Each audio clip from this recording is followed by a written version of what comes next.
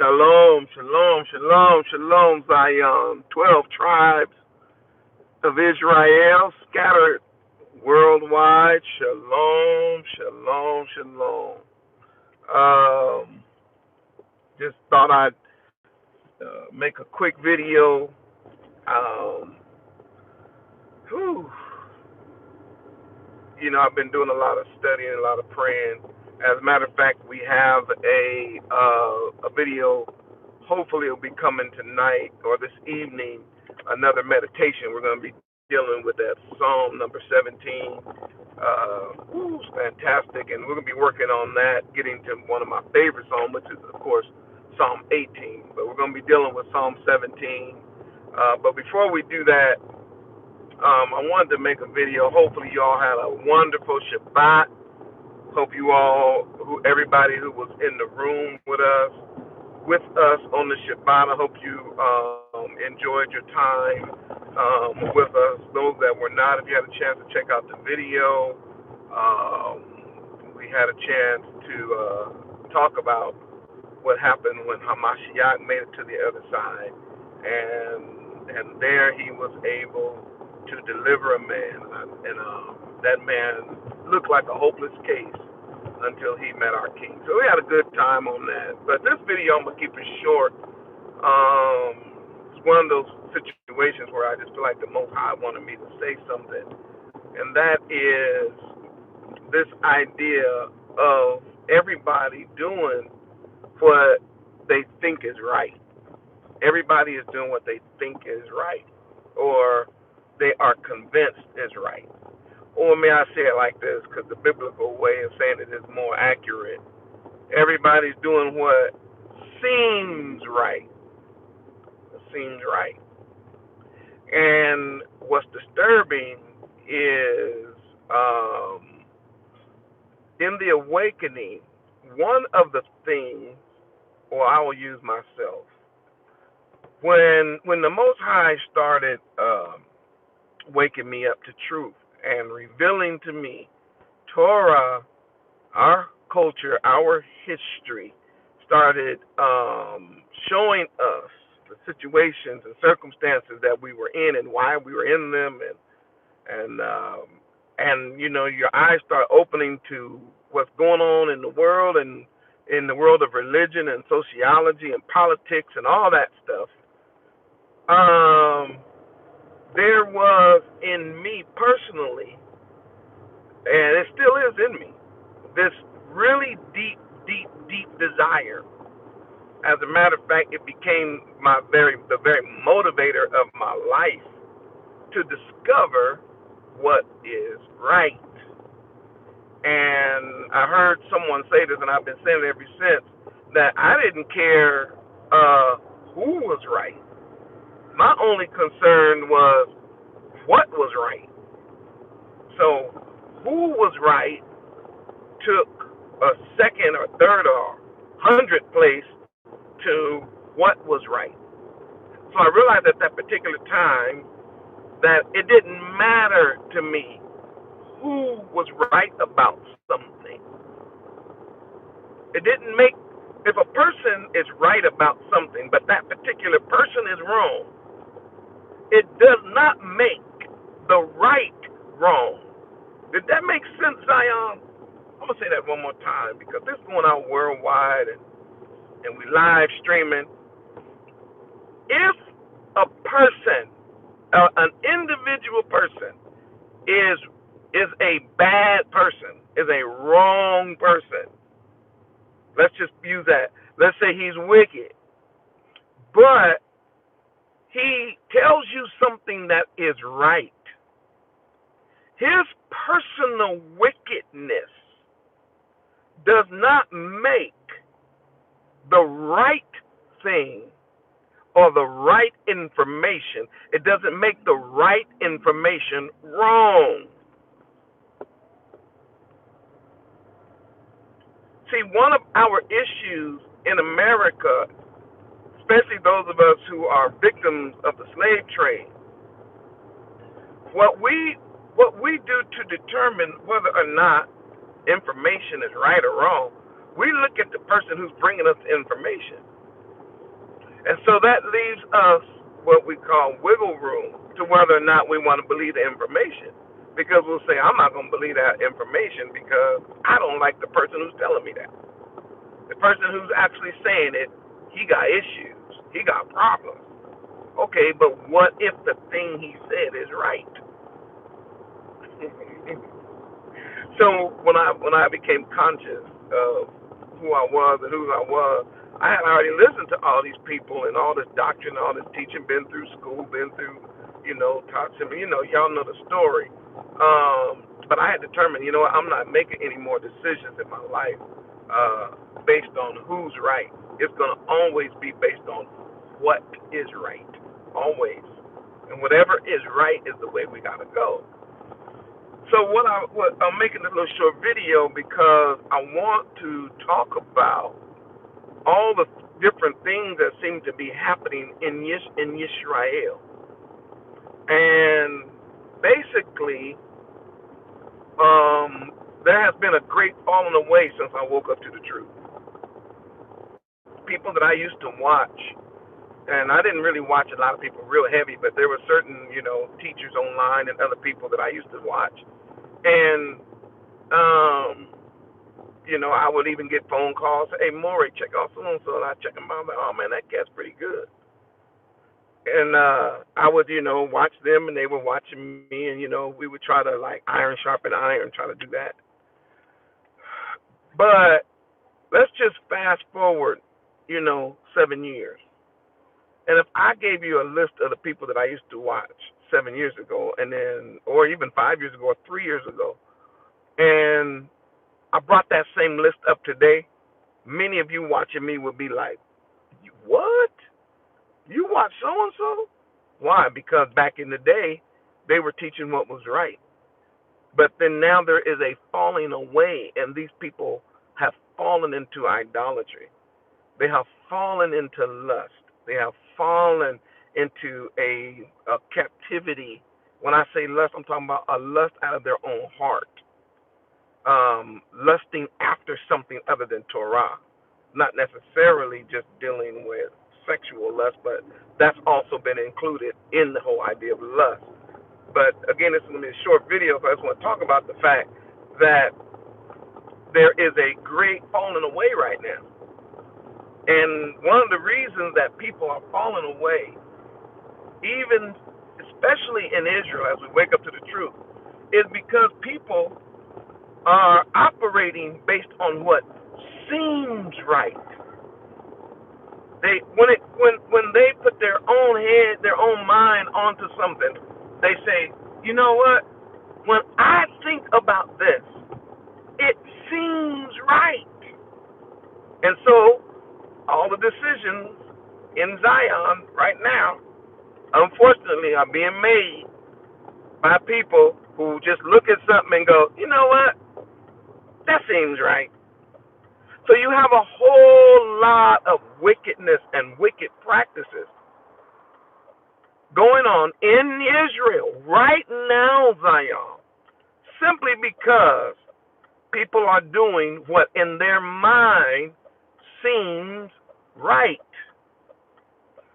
They just, for some reason, feel like, I'm just gonna be sensitive. I'm gonna see how I feel about this. I guess I'm just gonna smell it. I'm just gonna take a deep breath. I'm just gonna think about what seems right, and that's not how we operate, Zion. One of the things that the Most High has been talking to me about, and I'm going to do it, is that he talked to me about doing, of course, more camping and more going on trails. Now, I've done that my whole life, but there's something about the camping and the trails and the walking and the exercise and the lessons that you learn when you're out on a trail that he wants me to see. So obviously, when I get opportunities to do it, I'm going to try to do that more often and to try to see what he's trying to talk to me about. But one of the things that I noticed about where I live is we have the foothills and then we have the mountains. All right, so this is going to be a quick video. We have the foothills and we have the mountains. So once we get out of the foothills, you get into the mountains, and there's a bunch of trails. There's a lot of trails that people don't even know about, but they're up there. And one of the things that a person told me was, oh, if you're going to go back there, especially if you want to start doing trails and watch this, hiking in the mountains. Listen to what I'm saying, Zion.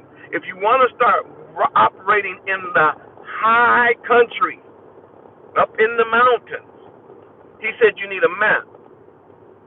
I was like, oh, yeah, man. He said you cannot go out there and go hiking without a map, because even certain experienced hikers, watch what they said, get lost in the mountains because they take a path that seems right to them. I said, oh boy. He said people who are experienced hikers get lost and end up sometimes, in worst case scenario, dead because they took a path that seemed right. They just got overconfident and they was like, you know what? This seems like the right way to go. And in their own self-confidence, without the map, they went on the path that seemed right. And in the worst case scenario, they died. That path that they got on, the word for path in Hebrew is zadik. That path that they got on led to death. It led them to death. And that's what I want to make this video about, is because I think what's happening is that we wake up to the truth and we start off real close to Torah. Oh, we need the Torah. We got to study Torah. But then once we get like 7 or 8 verses under our belt, now all of a sudden we think we got it from here. Oh, I got it now. So now you done put the Torah down, and you are now walking on a path that seems right to you. It seems right to a man. In other words, it's not only right to you, but you'll call your friend. Hey, man, don't you think I can do such and such? Man, yeah, you can. And so they both of y'all be agreeing on it. Ain't nobody check script. And then there's another way that seems right. And again, nobody's going back to the Bible. There's another way. Nobody's using the scripture. Nobody's going back to the text. Why? Oh, we got it now. We woke. We conscious. We the Hebrews. Oh, so now that you're the Hebrew, you think you can now complete this journey without, you don't need the Bible no more. All you got to do now is feel. All you got to do now is think. It just has to seem right now, and you can start doing it, and it's right. I got news for you, Zion. I'm going to keep this video short. You're about to see some stuff. You're about to experience some stuff. I'm watching the domino effect all over the nation. Leaders falling like flies. And one of the reasons is because, and the followers, the people are following these wicked leaders because they're operating on what they seem right. But the end, see, the pathway is leading you to a destination. Now, if you think Moray is just talking, oh man, he's just talking. There you go again. All right, then get that. I'm driving, so y'all know I can't open my book right now, but you can open your Bible. Get that Proverbs 14:12. Get that Proverbs 14:12, and let's see whether or not Yah is trying to talk to us about ways and righteousness and what seems right to man. He said there is a way that seems right, and that word right there is the word zadik. The word, there is a way.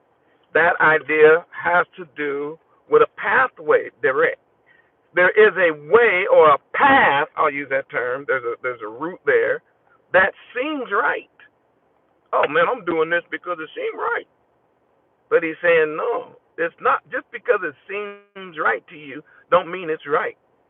Something that can seem right can lead you to death. Just like I told you, these guys told me. Said, man, if you do start hiking and backpacking or going, trail riding or whatever you're going to do, you better make sure you take these maps.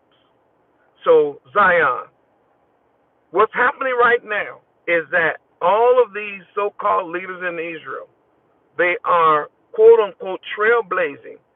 And I'm trying to warn y'all, they done put the map down. They done said, you know what, I'm good now. I don't need the map. I don't need the instruction. And they don't realize that now they're making turns and decisions and choices that are leading them to the pit of hell. They're going to go to hell for that. And everybody following them will end up in hell. So when the man told me, look, I'm happy about the fact you want to go up here, spend time with Yah, your creator, and all that. He says, but I'm getting ready to tell you something. If you don't follow this map, you can get lost in the back country. Best case scenario, you can survive until help comes. Worst case scenario, you get off track because you look at a way and go, that way seems right. He said it could literally lead to your death.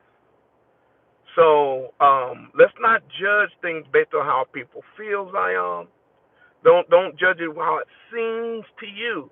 Understand, we have all been messed up by sin, by society, by situation, by circumstances. All of us have our internal GPSs are kind of off right now. Our compasses have been compromised.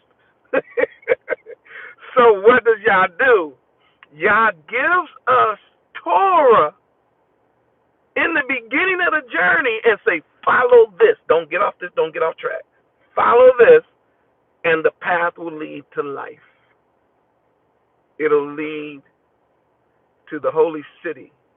It will lead to the promised land.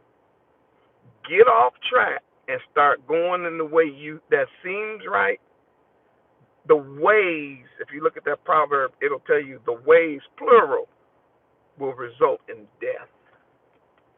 So we don't want to do that, Zion. Please, just because something seems right with you, don't go like that. Don't be like, oh, that just seemed right. Don't do that. Just because it seems right to you, don't make it right.